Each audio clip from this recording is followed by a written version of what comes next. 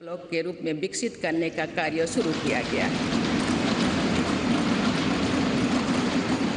ये आकांक्षी ब्लॉक सामाजिक न्याय की एक संस्थागत व्यवस्था के तौर पर विकसित किए जा रहे हैं। देश के जनजातीय क्षेत्रों, पहाड़ी क्षेत्रों, समुद्री क्षेत्रों और समावेशी क्षेत्रों को भी बीते दशकों में विकास का सीमित लाभ ही मिल पाया था।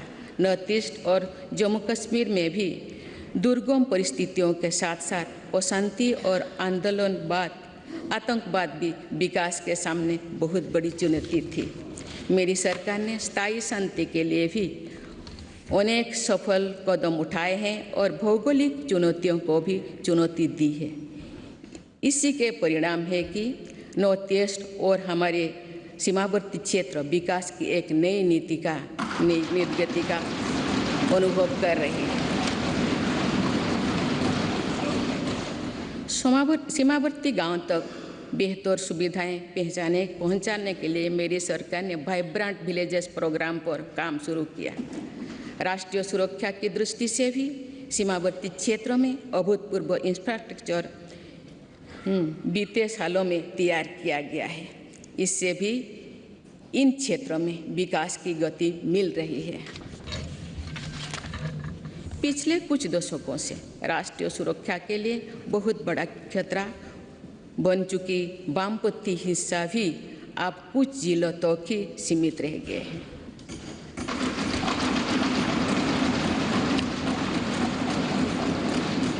माननीय सदस्यगण, मेरी सरकार की एक बहुत बड़ी उपलब्धि महिला सशक्तिकरण की रही है। इस संदर्भ में मुझे नारी शक्ति नामक एक प्रेरक कविता का स्मरण होता है, जिसे भारतीय साहित्य की अमर विभूति स्वाधीनता सेनानी तथा ओडिया भाषा की सुप्रसिद्ध नारी कवि उत्कल भारती कुंतला कुमारी सावत ने लिखा था। आज से लगभग 100 वर्ष पहले उन्होंने ये उद्घोष किया था, वसुंधरा तले भारत रमणी नुहे हीन नुहे दिन अमर कीर्ति कोटि जुगे केबे जगत नुहे बोलिन। अर्थात भारत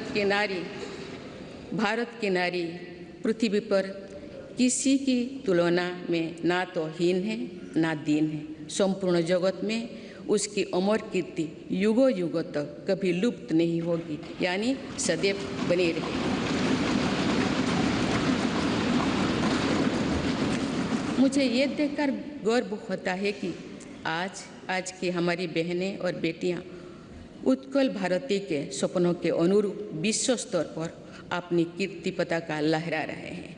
मुझे प्रसन्नता है कि महिलाओं की ऐसी प्रगति के पीछे मेरी सरकार के प्रयासों का संबल रहा है।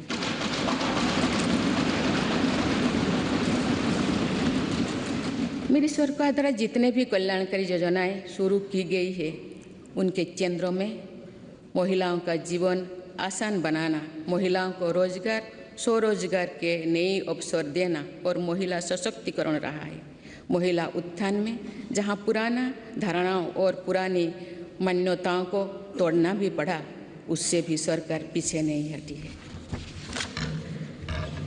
बेटी बचाओ बेटी पढ़ाओ अभियान की सफलता आज हम देख रहे हैं। सरकार के प्रयासों से समाज में जो चेतना आई, उससे बेटियों की संख्या में निरंतर वृद्धि हो रही है।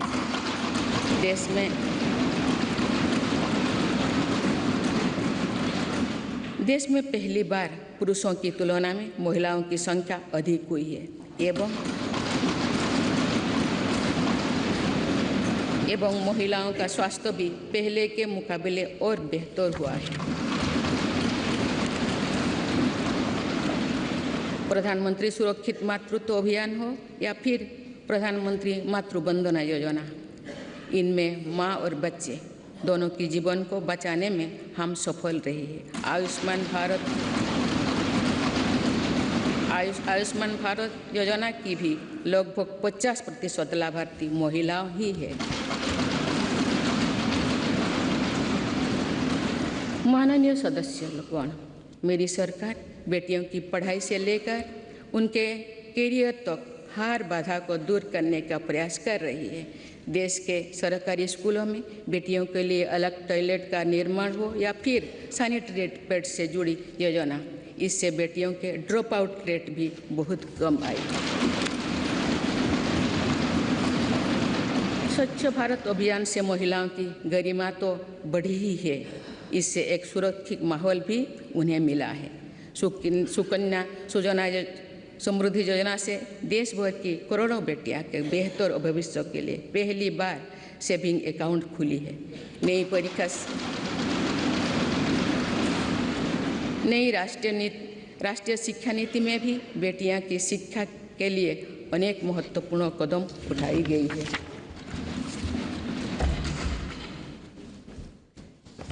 मेरी सरकार ने यह भी सुनिश्चित किया है कि किसी भी कार्य क्षेत्र में महिलाओं के लिए कोई बंदिश ना हो। इसीलिए माइनिंग से लेकर सेना में अग्रिम मोर्चे तक हर सेक्टर में महिलाओं की भर्ती को खोल दिया गया है।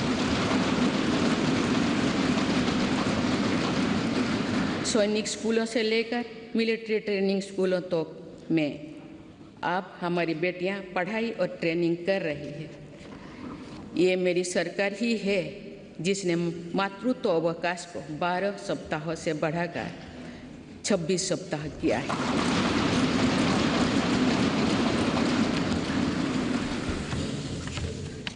मुद्रा योजना की लगभग 70% लाभार्थी महिला उद्यमी ही है। एक स्टडी के अनुसार इस योजना से महिलाओं की आर्थिक शक्ति और सामाजिक फैसलों में उनकी भागीदारी बढ़ी है। पीएम आवास योजना के तहत मिलने वाली घरों की रजिस्ट्री भी महिलाओं के नाम पर होने से महिलाओं का आत्मविश्वास बढ़ा है। जन धन योजना से पहली बार देश में बैंकिंग सुविधाओं में महिलाओं और पुरुषों के बीच अब बराबरी आ गई है। देश में इस समय 80 लाख से ज़्यादा स्वयं सहायता समूह भी काम कर रही है, जिनमें करीब 9 करोड़ महिलाएं जुड़ी हुई हैं। इन महिला स्वयं सहायता समूहों को सरकार द्वारा लाखों करोड़ रुपए की मदद दी जा रही है। माननीय सदस्यगण, हमारी विरासत हमें जोड़ों से जड़ती है और हमारा विकास आसमान को छूने का हौसला देता है। इसीलिए मेरी सरकार ने विरासत को मजबूती देने और विकास को प्राथमिकता देने की राह चुनी।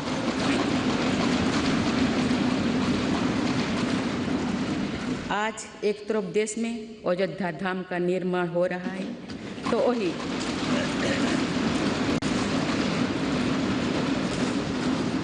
वही दूसरी तरफ आधुनिक संसद भवन भी बन रहा है।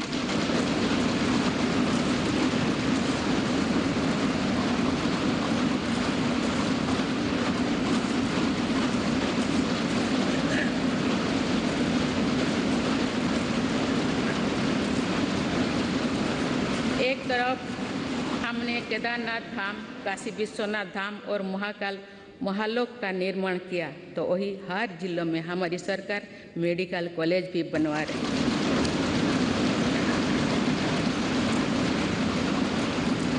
एक तरफ हम अपने तीर्थ और ऐतिहासिक धरोहर का विकास कर रहे हैं, तो वही दूसरी तरफ भारत दुनिया की बड़ी स्पेस पावर बन रहा है।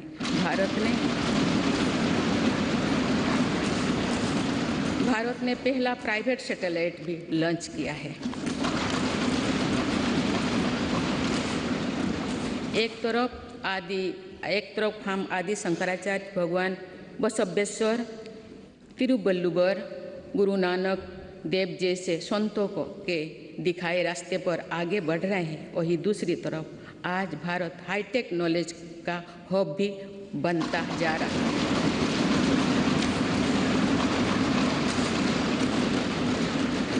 एक तरफ हम काशी तमिल संगमों के जरिए एक भारत श्रेष्ठ भारत की भावना को मजबूत कर रहे हैं, तो वही one nation one ration card जैसे आधुनिक व्यवस्था भी बन रही है। डिजिटल इंडिया और 5G टेक्नोलॉजी में भारत के सामर्थ्य का लोहा आज पूरी दुनिया में मान्य है। आज भारत जहां योग और आयुर्वेद जैसी अपनी पुरातन विधाओं को पूरी दुनिया तक पहुंचा रहा है, वहीं दूसरी तरफ फार्मेसी ऑफ वर्ल्ड की नई पहचान भी सशक्त कर रही है।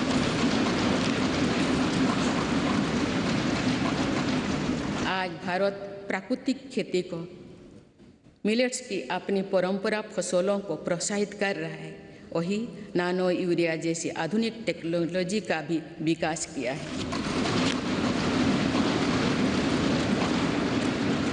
खेती के लिए एक तरफ जहां ग्रामीण इंफ्रास्ट्रक्चर को हम बेहतर बना रहे हैं, वहीं दूसरी तरफ ड्रोन टेक्नोलॉजी से, सोलर पावर से किसान को ताकत दे रहे हैं।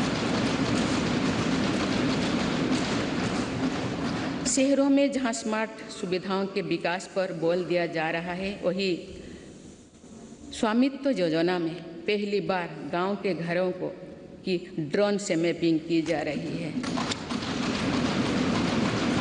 आज़ादी के अमृत महोत्सव पर जहां आज हर जिले में 75 अमृत सरोवर बनाया जा रहा है, तो वही सैकड़ों आधुनिक वंदे भारत ट्रेनें भी लॉन्च किया जा रहा है। एक और हमारे व्यापार की परंपरागत ताकत नदी जल मार्ग और बंदरगांव को भी आधुनिक बनाया जा रहा है, तो मल्टी मॉडल कनेक्टिविटी और लॉजिस्टिक पार्क का नेटवर्क भी तैयार हो रही है।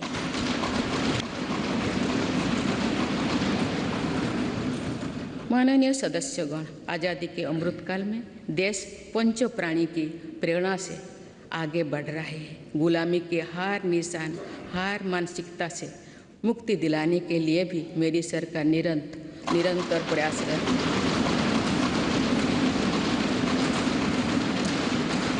जो कभी राजपथ था वो अब कर्तव्य पथ बन चुका है। आज कर्तव्य पथ पर नेताजी सुभाष चंद्र बोस की प्रतिमा हर भारतीय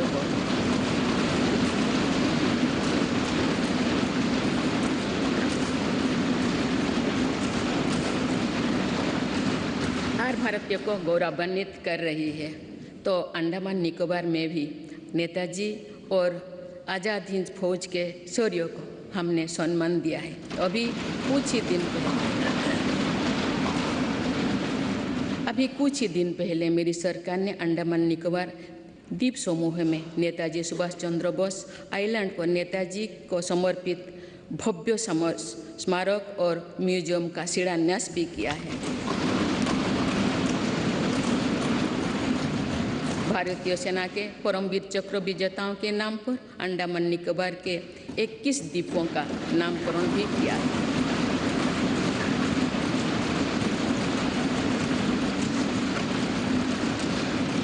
एक तरफ नेशनल वॉर मेमोरियल आज राष्ट्रीय शौर्य का प्रतीक बन गया है, तो वही हमारी नौसेना को भी अब छत्रपति वीर शिवाजी महाराज का दिया प्रतीक मिल गया है।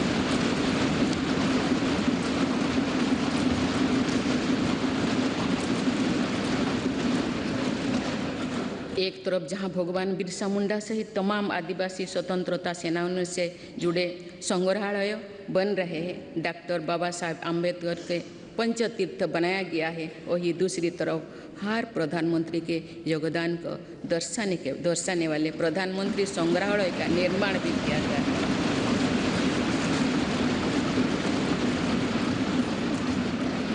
देश में प्रथम वीर बाल दिवस को भी पूरे गर्व और श्रद्धा के से मनाया गया। इतिहास की पीड़ाओं और उनके साथ जुड़े शिक्षाओं को जागरूक रखने के लिए देश में विभाजन विभीषिका स्मृति दिवस की शुरुआत भी मेरी सरकार ने की।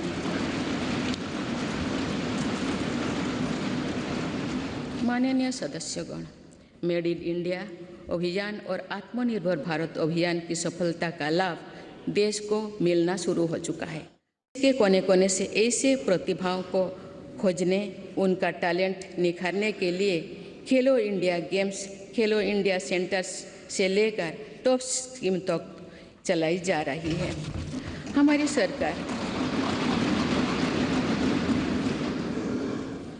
हमारी सरकार दिव्यांग कल्याण को लेकर भी पूरी तरह संवेदनशील है। देश में एक साइन लैंग्वेज और सुगम्य भारत अभियान ने दिव्यांग युवकों को बहुत मदद दी है। माननीय सदस्यगण, बीते दशकों में हमने भारत के इंफ्रास्ट्रक्चर के निर्माण में दो बड़ी चुनौतियां देखी है। एक, इंफ्रास्ट्रक्चर के बड़े प्रोजेक्ट समय पर पूरी नहीं हो पाते थे। दूसरा, अलग अलग विभाग, अलग अलग सरकारें अपनी अपनी सुविधा से काम करती थी। इससे सरकारी संसाधनों का दुरुपयोग भी होता था, समय भी अधिक लगता था और सामान्य जन को भी असुविधा होती थी। मेरी सरकार ने पीएम गति शक्ति नेशनल मास्टर प्लान बनाकर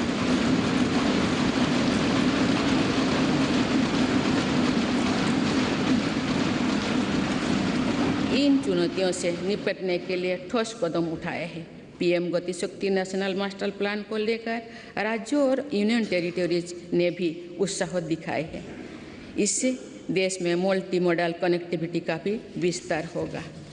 मेरी सरकार भारत को विश्व का सबसे कॉम्पिटिटिव लॉजिस्टिक हब बनाने के लिए प्रयासरत है। इसके लिए पिछले वर्ष देश में नेशनल लॉजिस्टिक पॉलिसी लागू की गई है। इस पॉलिसी के लागू होने से लॉजिस्टिक कॉस्ट में काफ़ी कमी आई। मेरी सरकार देश के विकास के लिए जिस स्पीड और स्केल पर काम कर रही है वो अभूतपूर्व है, अतुलनीय है।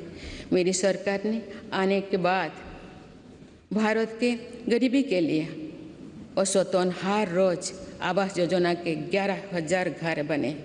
इसी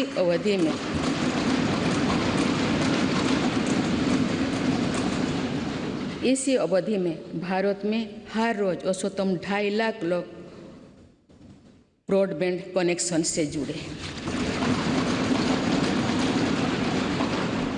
हर रोज 55,000 से ज़्यादा गैस कनेक्शन दिए गए। मुद्रा योजना के तहत हर रोज 700 करोड़ रुपये से ज़्यादा का लोन दिया गया। बीते 8-9 वर्षों में भारत में लगभग हर महीने एक मेडिकल कॉलेज बना है।